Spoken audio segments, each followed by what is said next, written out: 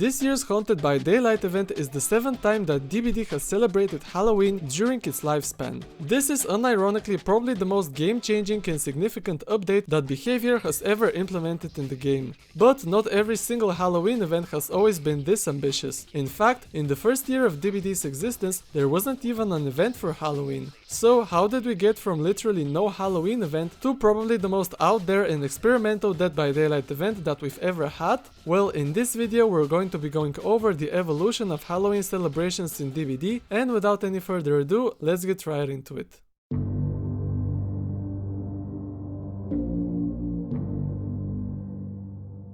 Dead by Daylight, being released on the 14th of June 2016, celebrated Halloween for the first time in October of that same year. Now, remember when I said that there was no event for that? Well, yeah, there wasn't. However, instead of that, there was something else that the developers were planning for the community. On one of the developers' regular Twitch live streams, they teased a trailer for the upcoming DBD chapter. And oh boy, the community actually went nuts. You probably already know which chapter I'm talking about. That's right, even though there was no actual Halloween event, there was instead a whole entire chapter for Halloween. This was chapter 2, or more commonly known today as the Halloween chapter. This was arguably one of the most significant DBD updates in the game's entire history, as it brought some of the most iconic horror characters of all time, these being Michael Myers and Laurie Strode. Not only that, but this update also introduced a brand new mechanic, the Obsession, and a new realm, Lambkin Lane Haddonfield, which, fun fact, was the first ever map in DBD to not feature the Killer Shack. Except for these few pieces of content, there wasn't really anything game-changing about this update. Over the next year, DBD would receive a pretty significant amount of new players, and so the developers decided that for the next Halloween celebration, they had to step it up a notch. And so, 1 year later, on the 26th of October 2017, Chapter 6, A Nightmare on Elm Street, was officially released to the live servers of DBD. Once again, Dead by Daylight players got their hands on another two iconic horror characters, Freddy Krueger and Quentin Smith. Not only did this update feature a new map, Batham Preschool, but this patch was also directly followed by the first ever actual Halloween event in DBD's history. The All Hallows Eve event added two new Halloween themed items, the Will-O-Wisp flashlight and the All Hallows Eve lunchbox medkit. Since then, these items have been a recurring feature of every single Halloween event in Dead by Daylight.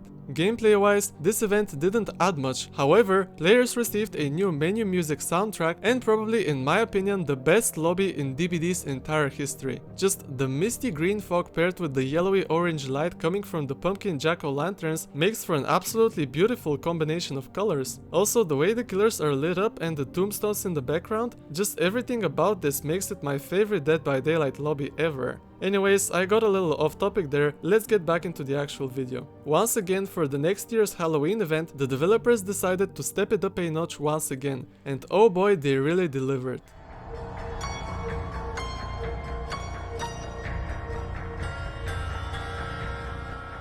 The Hallowed Blight event lasted from the 19th of October to the 2nd of November and kicked off the in-game celebrations in honor of Halloween 2018. Once again, this event introduced a brand new lobby and menu music soundtrack. Additionally, not only were the Will-O-Wisp flashlight and the All Hallows Eve lunchbox medkit brought back, but a brand new offering was also implemented, Pustula Petals. Let's quickly read the description of this offering to understand how it functioned. Calls upon the entity to generate one cankerous hook and one visceral canker. As a killer, hook a survivor on a cankerous hook for the first time to extract putrid nectar and fill your killer nectar vial. Grants bonus blood points. As a survivor, find and interact with a visceral canker to harvest putrid nectar and fill your survivor nectar vial. Grants bonus blood points. Filling a nectar vial, either killer or survivor, will grant you one putrid serum. Stacks. Only playable during the Hallowed Blight event. Note, during the event, 2 default cankerous hooks and 2 default visceral cankers will spawn on the map. No longer available in the Blood Web. Basically, as a survivor, you could harvest these new visceral canker props, which would spawn on the map at random unused generator locations, and as a killer, you could hook survivors onto these so-called cankerous hooks in order to earn some bonus blood points and fill up your nectar vial with putrid serum. Putrid serum basically acted as a temporary currency in order to purchase a couple of cosmetics, similar to the current dark trinkets. Furthermore, several new blighted outfit cosmetics were introduced for both killers and survivors, which to this day can still be bought in the in-game shop.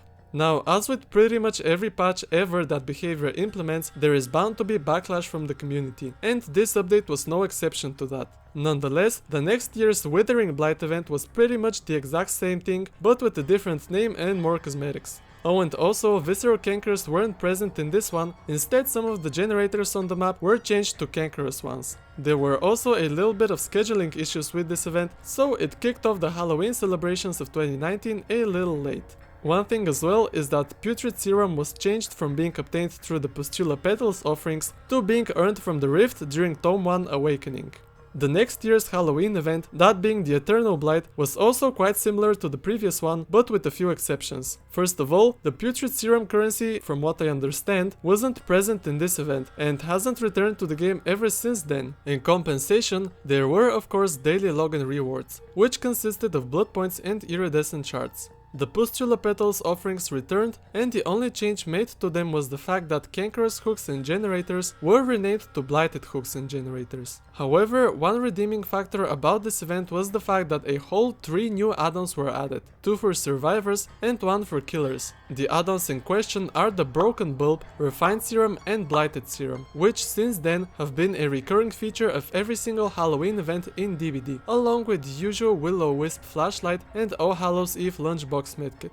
Now, this was the 3rd time that this Blight event was taking place, and it was clear that the developers needed to think of something new for the next Halloween event. And once again, they delivered.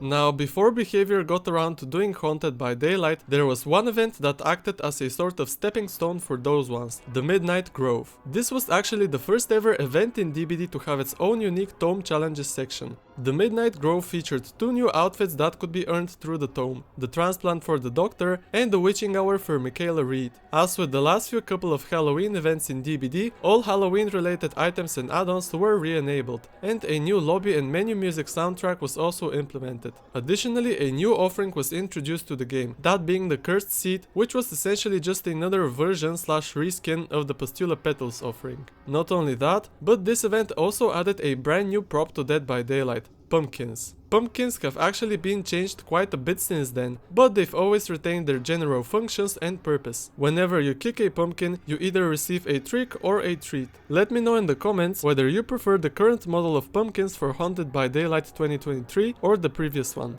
After the Midnight Grove event, behavior started doing Haunted by Daylight, first in 2022 and now in 2023. These events saw the addition of, in all honesty, quite a bit of new content, separate tome entries and challenges, void energy, the arcane dowsing rod offering, dark trinkets, friendly boons and so much more. I'm not going to go that in depth into these events, as they're still quite recent, as of the time I'm making this video of course. What is your favorite Halloween event? Let me know down in the comments. For me personally, it's probably the Hallowed Blight event, since that one added a bunch of cool new stuff, including of course visceral cankers and the Putrid Serum currency. Well, yeah, I guess that was it. We went through the entire evolution of Halloween events in Dead by Daylight. Let me know if you enjoyed this video by leaving a like, and also I would be glad if you considered subscribing as well. Anyways, thanks for watching and I'll see you in the next one. Bye!